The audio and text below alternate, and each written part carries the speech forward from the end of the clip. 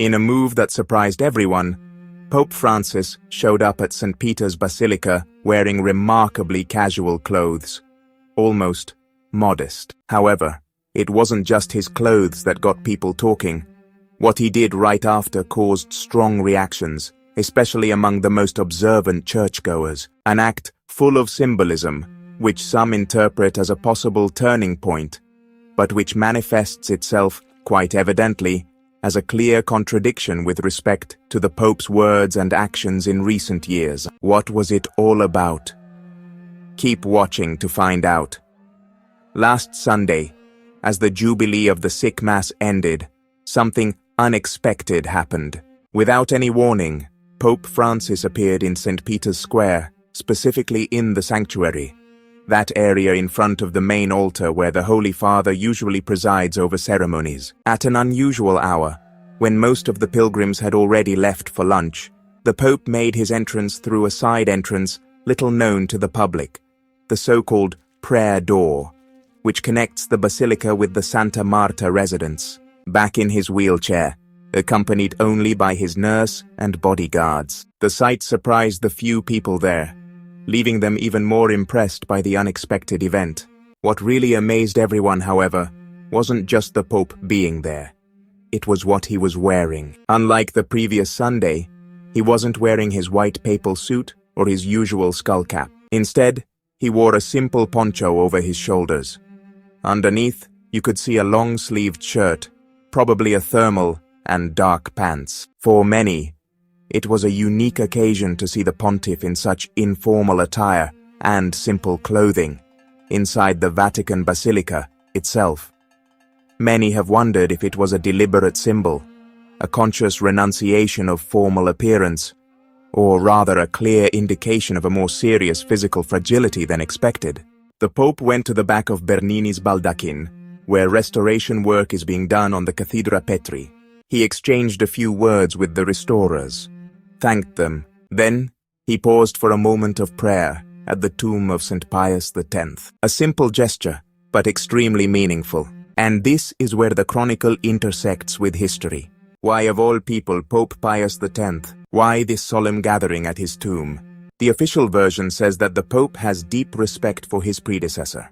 But the real question, the one everyone's asking, is different. Could a Pope, seen as the most forward-thinking in terms of reforms, show such fondness for the Pope, who was a symbol of resistance to modernism, a champion of tradition? This is where the figure of St. Pius X becomes fundamental. This isn't just any saint. He was the one who published the encyclical Pascendi Dominici Gregis, a true anti-modernist manifesto, which defined modernism as the synthesis of all heresies, unmasking the attempts to corrode the faith from inside the Church itself. He was the one who created and supported the Sodalitium Pianum, a kind of church information network that watched and reported on theologians suspected of straying from the Church's teachings. It was him who established the anti-modernist oath for all clergy starting in 1910. This was something that, today, would really upset those who call for dialogue and inclusion at any cost. It wasn't just about disciplinary actions. St. Pius X was a true reformer in the deepest and most genuinely Catholic sense of the word. Reform means to recover the original form, not to deform it. This was the Pope who established Gregorian chant in the liturgy, who lowered the age for First Communion and Confession to 7 years old, who issued the Catechism of 1905, straightforward, understandable, and to the point, which many still appreciate today for its strength and clarity. He also updated the list of banned books, trying to shield believers from bad intellectual influences. An energetic Pope, frank, pastoral, and a theologian all at the same time. The Pope, that Archbishop Lefebvre's Society of St. Pius X has taken as their patron and model, precisely because of his clear rejection of the unclear teachings of the Second Vatican Council and the time after it. And now, Pope Francis comes to pray at his tomb. For some, a surprising gesture. For others, a troubling mismatch. For others, a possible sign that something is changing, or at least weakening, in the deepest convictions of the Argentinian pontiff. In fact, recently, the respected voice of Bishop Athanasius Schneider has spoken frankly. In a straightforward interview, he urged Pope Francis to publicly take back some statements and official documents that, in his view, contain serious doctrinal ambiguities. In light of this request and these unexpected behaviors of the pontiff, some are beginning to wonder if they might be a sign of a possible opening, of a will, perhaps still hidden, to reverse course, to review, to correct. A prophetic gesture, perhaps, or simply a sign that could be preparing the way for something bigger. Is it just a matter of personal devotion, or is there a new awareness hidden beneath, perhaps a reflection on how much the Church has lost by chasing after the world?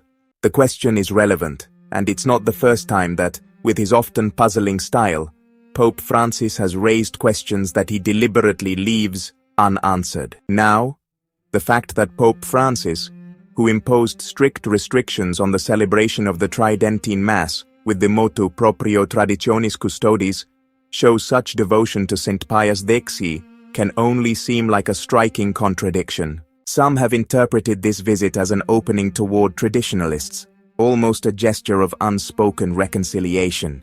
But some people saw it as a tactical move, an attempt to calm the criticism by showing devotion to a saint beloved by the very people the Vatican is now eyeing with growing suspicion. Maybe both ideas are right, maybe neither of them are. What's certain is that this isn't a meaningless gesture.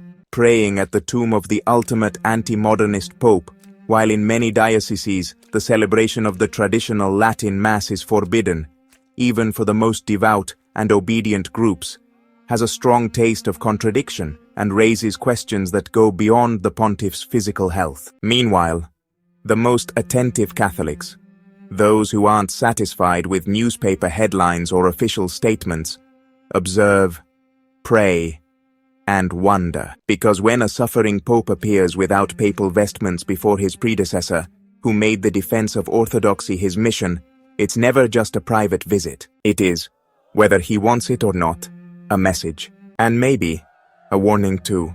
What did you think? If you liked the video, comment Amen.